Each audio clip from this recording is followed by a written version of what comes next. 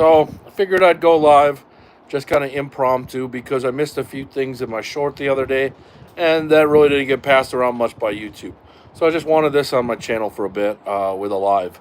But SHOT Show predictions, 2025. So I think I know what a lot of people are going to come out with. It's going to be a lot of chassis pistols, a lot of steel or aluminum frame stuff, is my prediction. I think you're going to see a lot of low back pressure cans as well. That's going to be the theme. And then maybe like some modular rifle stuff. Like, I really hope that Beretta NARP thing comes to the US. That would be really cool. But yeah, I think there's going to be a lot of low back pressure suppressors with the NFA stuff. I think you're going to see smaller AR-15 platforms because of the NFA stuff, maybe more SBR stuff. I think like we talked about it, or I talked about it the other day in a short. Griffin's coming out with their 9mm AR. Alien's coming out, got the Remus coming out. HK's got the VP9A1, I'm sure. My prediction is that's going to be a chassis gun. Is going to be the upgrade on that. And then maybe some type of optic system that accommodates a bunch of things like what everyone else is doing now. I think you might see a few 2011s, but that market's pretty saturated right now. I really hope that we see some rotating barrel options. So, like, I know Grand Power does their stuff, but I'd like to see another company besides Beretta take on the rotating barrel and make some guns with that. That would be cool. You're going to see a bunch of lever guns, I'm sure. Maybe some bolt actions, some like chassis systems, like how Q has the fix. I'm sure that there's going to be other options. Like, I know Blackout Defense had a poll the other day. Should they make a bolt action gun or a piston gun? What do you call it? A piston AR-10.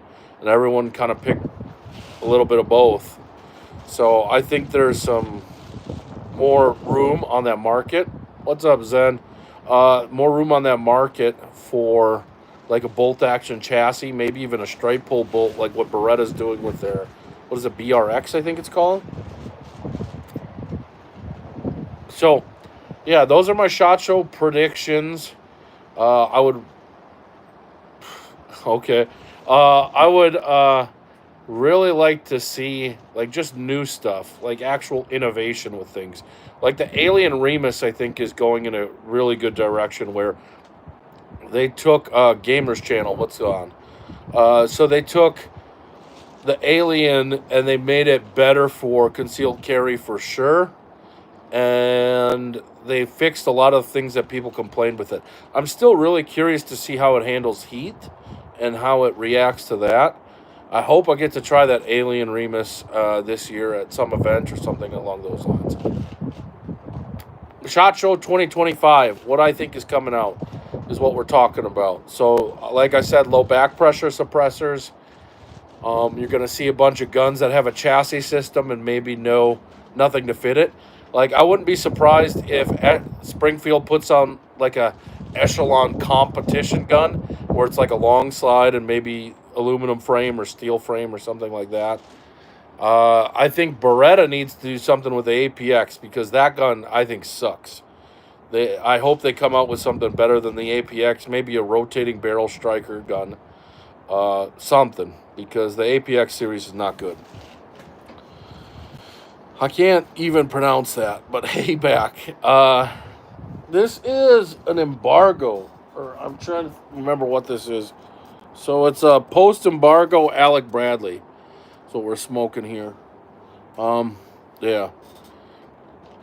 But yeah, I think you're gonna see some of those like modular ARs, like what you mentioned in the comment, Palmer. PWS says that really wild one where you can switch calibers, all kinds of stuff. I haven't seen one in person yet. Ooh, sun's coming out hard. But I haven't seen one in person yet, and I'm sure they're still putting more money into that. It's a good idea. I think you're going to see more and more guns like that where you can switch out mag wells, you can switch out bolts, things like that. like you're gonna see short stroke pistons, like what is it, Jackal in 308, I think is gonna be PSA's thing. They got the Crink. Uh, Maybe they'll have more of their shotgun there. I know CMMG doesn't go to SHOT Show, but they put out like their 7.62 by 39, like ranch style AR, if you want to call it that. So that's what's coming from them. HK's teased the VP9A1, and probably some more like sub guns and stuff like that. Maybe a G36 US made. So yeah, I hope it's a decent SHOT Show this year. That there's some type of innovation. New anti-air from the UK. I don't know what that is. Type A. Oh, I hope they stop doing retro clones, to be honest. I hope they do a little bit more with their guns. Like, I'd like to see them start playing around with, like, different gas systems or gas lengths and things like that. Like, see them do, like, a 12.5 midi or a 16-inch rifle or something really soft shooting where it comes with, like, an A5 buffer and all that stuff right out of the box. That would be really cool. I expect they're gonna do like their own bolt gun, that sort of thing. If it was up to actually like I get to shoot anything, I really like shooting AK-74s. Like 5.45 by 39 is a blast, and shooting AKs is more fun to me. But ARs are definitely more practical, at least in America. But yeah, I think Type A, they'll probably do some retro clone of something. Who knows? Maybe like a Chris Kyle bolt action or whatever it is. Because they already did the Black Hawk Down stuff. Maybe they do like a big 20-inch AR for like a Fallujah thing. I don't know. I hope that they stick to the ARs. What would be really cool to see Type A do is a DASA gun. Because I love DASA. I know that they did a 2011. It looked pretty cool, but that price tag was wild for what it is. What's up, Nick? How's it going? How's married life treating you? Your favorite gun is a Glock 19. What was your favorite food, Kraft mac and cheese? You gotta expand, Palmer. There's so many things out there. You gotta branch out. Find something that, I don't know, speaks to you a little bit more. Glock 19s are, I don't know, it's like for people that are in sales.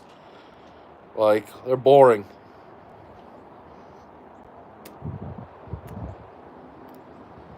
I think the other thing we're going to see at SHOT Show is a lot more stuff geared towards night vision and suppressor stuff. Like, you're going to see ARs that are suppressor dedicated. Is the other thing.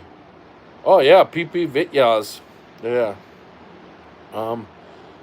But with SHOT Show, that's what I think you're going to see. Low back pressure cans, guns dedicated to cans. I think you're going to see a bunch of bullshit chassis systems.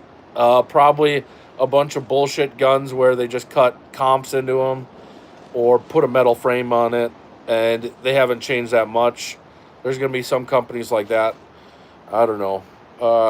I guess that's why I don't beat up on Lago Arms, even though their price is absurd, because they're actually trying to do something different. Like, more of the same is just, it's not exciting. Oh, I got to relight this. The wind's getting wild.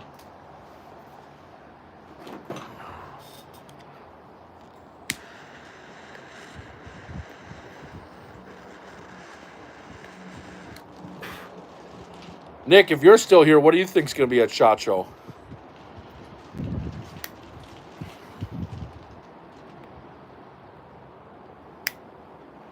Scope radius. You mean like the auto zooms that are out there, where it's like a button you hit and it zooms it in and zooms it out? Or do you mean like that sliding thing, or do you mean like the scope size? Or something like that. I'm trying to think. Radius is like, part of the circle. Yeah. FNFALs are pretty cool. I mean, I I don't I don't think that FNFALs are really that practical anymore. There's a lot of better guns out there, but they're still kind of cool. Same with like the HKG3. Like it's not really that practical anymore, but it's cool as hell.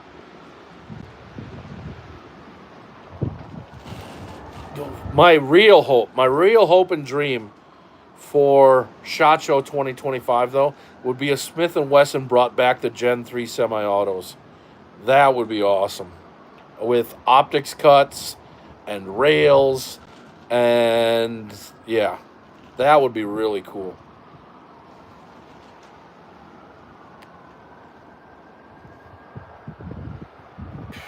But I'm sure Hornady is all about that 338 what is it?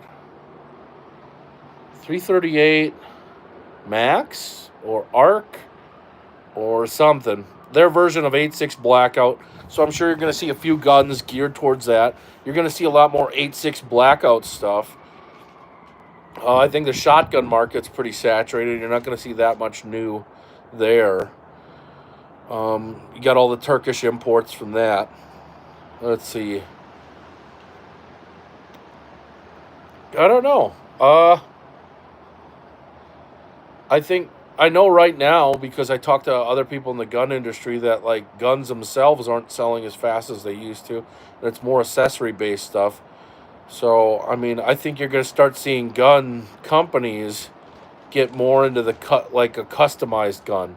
Where I just go on to a website like how Blackout Defense does it, but even more stuff where you pick out your furniture, you pick out your different stocks, you pick out your different safeties, all of that stuff. Yeah, I would. I don't know if they're even legal or how that even works. I don't know the legalities of it. I'm gonna be honest, but those electromagnetic bolt gun things. Uh, if someone makes one of those that actually shoots far and with enough energy and can be recharged, that would be really cool. Oh, I've heard bad things about the ump. I don't know. And then the 416 doesn't really appeal to me. Like I get it, it works pretty good in sand, but that doesn't do much. We're definitely going to see a bunch of AR parts that are new and improved. Griffin did their new bolt carrier, where it's like the gas goes to the inside of the gun and it's got sand cutter cuts and all this other stuff. So yeah, Griffin's coming out swinging this year. I think Psionics is coming out swinging this year. They got the suppressors coming. Uh, yeah, it probably does, but there's a lot of really trashy AKs out there too. Like I wouldn't shoot probably anything from Century, Riley Defense. What is it? Pioneer was the other one that's really trashy. Um, and then what is it? IO Arms. Oh man, those were terrible AKs.